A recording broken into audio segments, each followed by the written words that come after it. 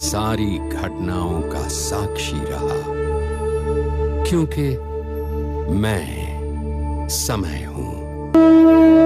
पर समय पक्षपात। यदा यदा हि धर्मस्य ग्लानिर्भवति भारत अभ्युत्थानम् अधर्मस्य तदात्मानं सृजाम्यहम्। हे अर्जुन, जब जब परम धर्म परमात्मा के लिए हृदय ग्लानि से भर जाता है, जब अधर्म की वृद्धि से भाविक पार पाते नहीं देखता, तब मैं आत्मा को रचने लगता हूँ। जब आपका हृदय अनुराग से पूरित हो जाए, उस शाश्वत धर्म के लिए जब प्रयत्न करके भी अनुरागी अधर्म का पार नहीं पाता, ऐसी परिस्थिति में मैं अपने स्वरूप को रचता हूँ। परित्राणाय साधूनां विनाशाय च दुष्कृतां धर्म संस्थापनार्थाय संभवामि युगे युगे। हे अर्जुन, परित्राणाय साधूनां परम साध्य एकमात्र परमात्मा है, जिसे साध लेने पर कुछ भी साध लेना शेष नहीं रह जाता।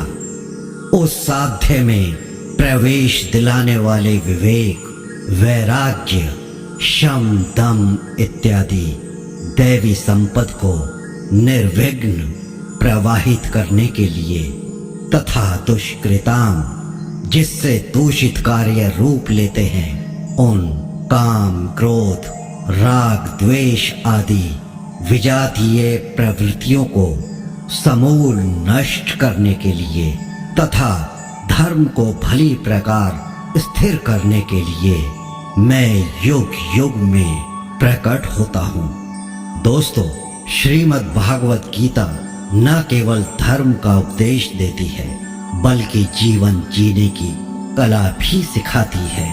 महाभारत के युद्ध के पहले अर्जुन और श्री कृष्ण के संवाद लोगों के लिए प्रेरणा स्रोत हैं। गीता के उपदेशों पर चलकर न केवल हम स्वयं का बल्कि समाज का कल्याण भी कर सकते हैं।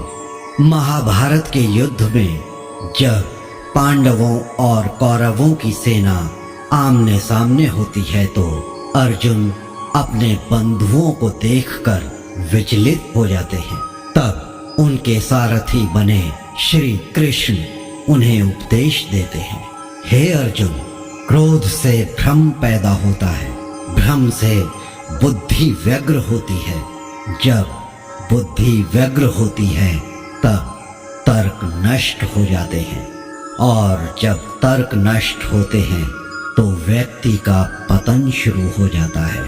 जो ज्ञानी व्यक्ति ज्ञान और कर्म को एक रूप में देखता है, उसी का नजरिया उचित है।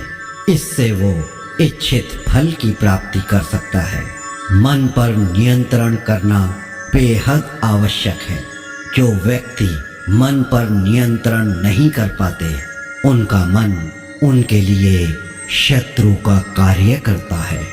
व्यक्ति को आत्म मंथन करना चाहिए। आत्मज्ञान की तलवार से व्यक्ति अपने अंदर के अज्ञान को काट सकता है, जिससे उत्कर्ष की ओर प्राप्त होता है। मनुष्य जिस तरह की सोच रखता है, वैसे ही वो आचरण करता है। अपने अंदर के विश्वास को जगाकर मनुष्य सोच में परिवर्तन ला सकता है, जो उसके लिए कल्याणकारी होगा। गीता में भगवान कहते हैं, मनुष्य जैसा कर्म करता है, उसे उसके अनुरूप ही फल की प्राप्ति होती है। इसलिए सत्कर्मों को ही महत्व देना चाहिए। मन चंचल होता है, वो इधर उधर भटकता रहता है, लेकिन अशांत मन को अभ्यास से वश में किया जा सकता है। मनुष्य जो चाहे प्राप्त कर सकता है, यदि वो विश्वास के साथ इच्छित वस्तु पर लगातार चिंतन करे तो उसे सफलता अवश्य प्राप्त होती है। प्रकृति के विपरीत कर्म करने से मनुष्य तनाव युक्त होता है। यही तनाव मनुष्य के विनाश का कारण बनता है। केवल धर्म और कर्म मार्ग पर ही तनाव से मुक्ति मिल सकती है। बुद्धिमान व्यक्ति कार्य में निष्क्रियता और निष्क्रियता में कार्य देखता है। यही उत्तम रूप से कार्य करने का साधन है। जय श्री कृष्ण।